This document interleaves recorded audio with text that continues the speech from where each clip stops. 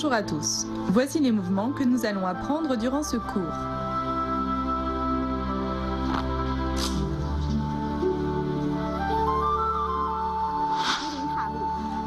La licorne explore la voie. La licorne est un animal légendaire de bon augure dans la mythologie chinoise. Explore la voie fait référence au piquage de l'éventail vers l'avant. Bien, je vous montre ce mouvement. À partir du mouvement précédent, on descend l'éventail et on le ferme. En même temps, on recule le pied gauche. Puis on ouvre le bras gauche, on tourne le corps et on pique avec l'éventail devant. On est alors en position de l'arc.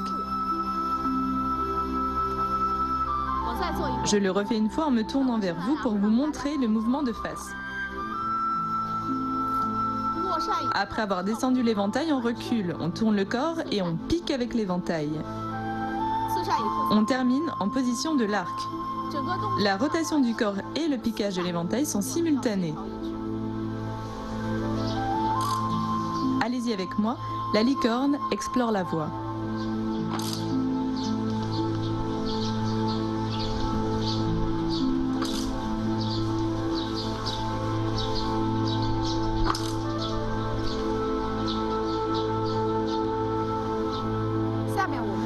À présent, voyons la danse des manches de la fée.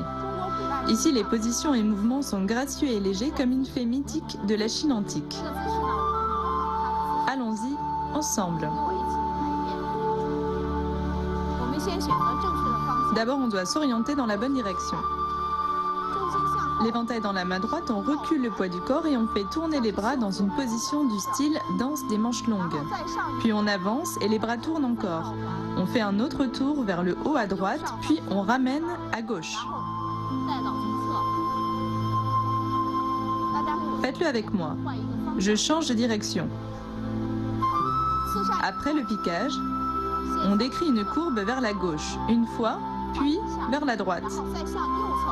Pendant la courbe, on avance. On lève l'éventail et on le ramène à gauche. Faites-le avec moi, la danse des manches de la fée.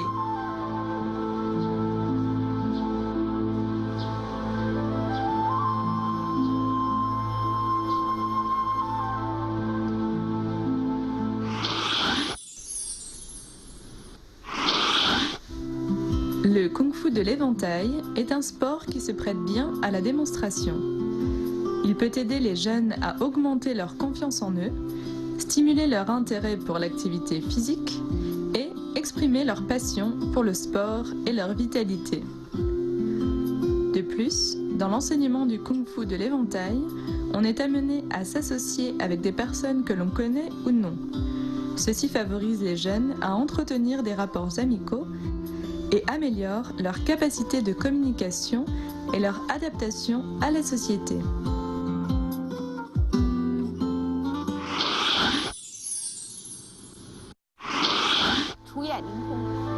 L'envolée de l'hirondo mime l'oisillon qui vient d'apprendre à voler et qui s'élève dans les airs. Bien, voyons ce mouvement ensemble.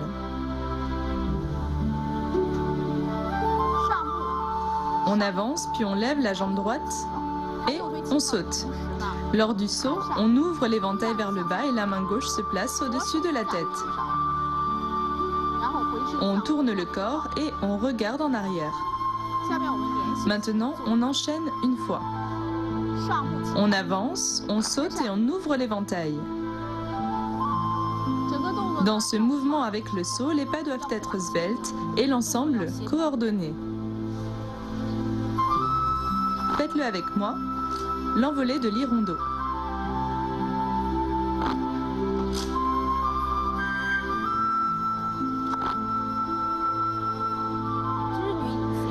Dans le folklore chinois, il existe la merveilleuse histoire de Niulang et Zhenyu. Zhenyu est une fée vivant dans les cieux et sachant coudre. Nous allons imiter sa posture. Voyons ce mouvement ensemble. Allez-y avec moi.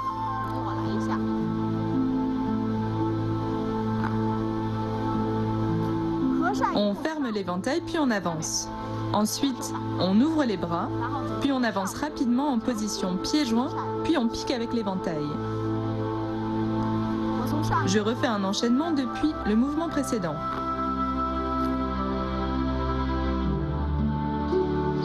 Faites-le avec moi, genou, enfile l'aiguille.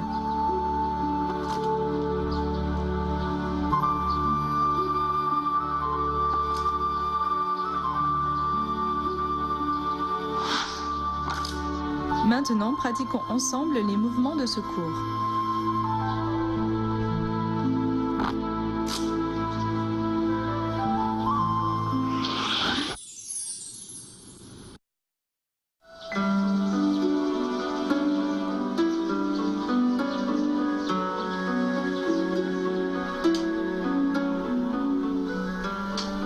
Le jeu de Go, à l'instar du kung-fu de l'éventail, intègre aussi les principes du yin-yang. Sur le goban, les pierres noires et blanches représentent respectivement le yin et le yang. Chaque coup au jeu de Go, comme chaque technique de la forme de l'éventail, renferme la notion d'attaque et de défense. Ils sont fondamentalement un entraînement aux techniques d'attaque et de défense.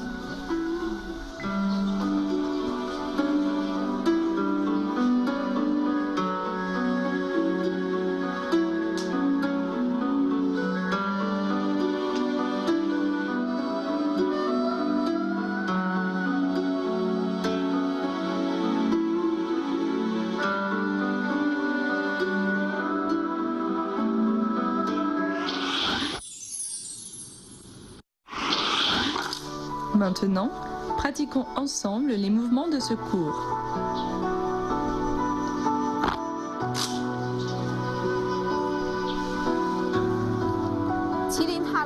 Voyons les points clés de La licorne explore la voie. Lors de la rotation du corps, le mouvement doit être naturel et coordonné. La position de l'arc doit être bien stable. Faisons ce mouvement ensemble. Après avoir descendu l'éventail, on recule, on tourne le corps, puis on pique en avant. Pratiquez avec moi, la licorne explore la voie.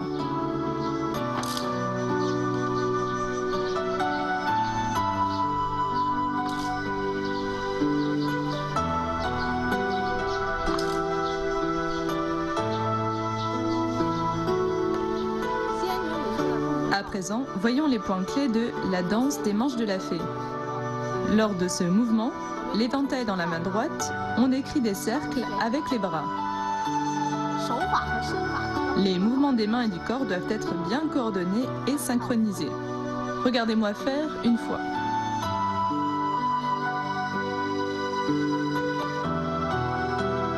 Pratiquez avec moi la danse des manches de la fée.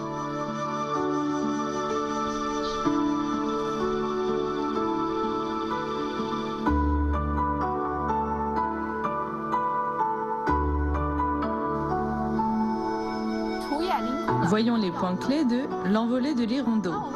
Lors de son exécution, l'ouverture de l'éventail, le saut et l'ouverture des bras sont simultanés. Je vous le refais encore une fois. Après le pas en avant, on lève la jambe en sautant. On retourne la main droite et on ouvre l'éventail.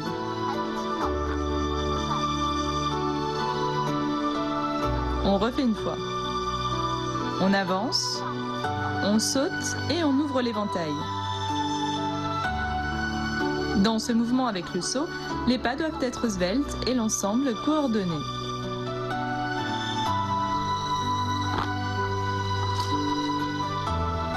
Pratiquez avec moi l'envolée de l'hirondeau.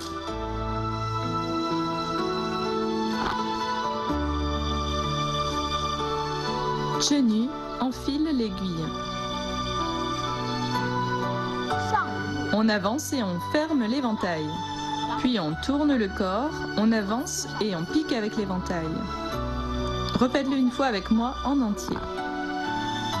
À partir du mouvement précédent, on ferme l'éventail, on avance et on pique. L'ensemble du mouvement, dont l'ouverture de l'éventail, sa fermeture, la rotation du corps et le pas en avant, doit être coordonné. Pratiquez avec moi, genou enfile l'aiguille.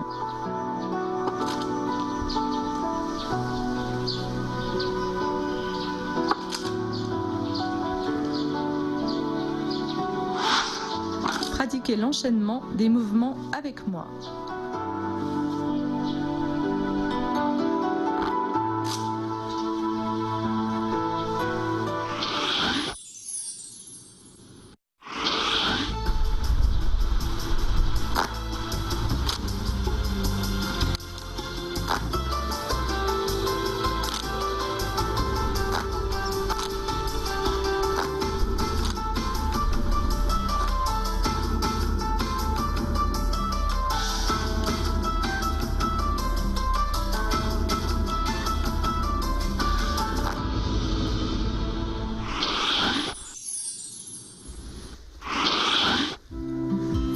Sur la scène du théâtre traditionnel chinois, le situ, l'éventail joue de nombreux rôles comme celui de changer l'espace-temps ou l'atmosphère, de transmettre des informations ou de refléter un certain aspect visuel. Différents types de personnages utilisent des éventails différents. Les plus fréquents sont les ronds, en plumes et pliables, ces derniers étant les plus répandus.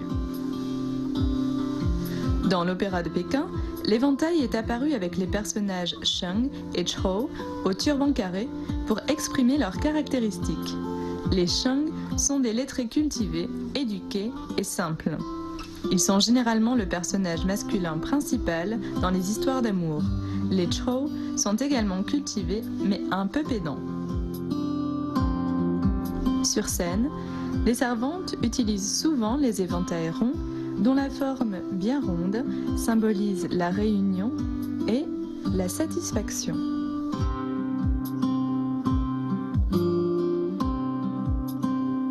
Dans d'autres opéras, les jeunes femmes de famille riches ou les fées célestes utilisent aussi ces éventails ronds.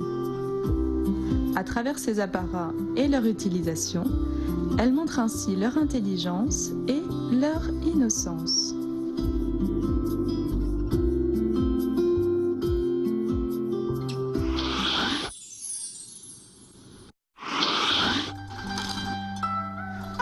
Pour finir, regardez la troisième partie de la forme de Kung-Fu de l'éventail du style Kaiyuan. On se retrouve au prochain cours.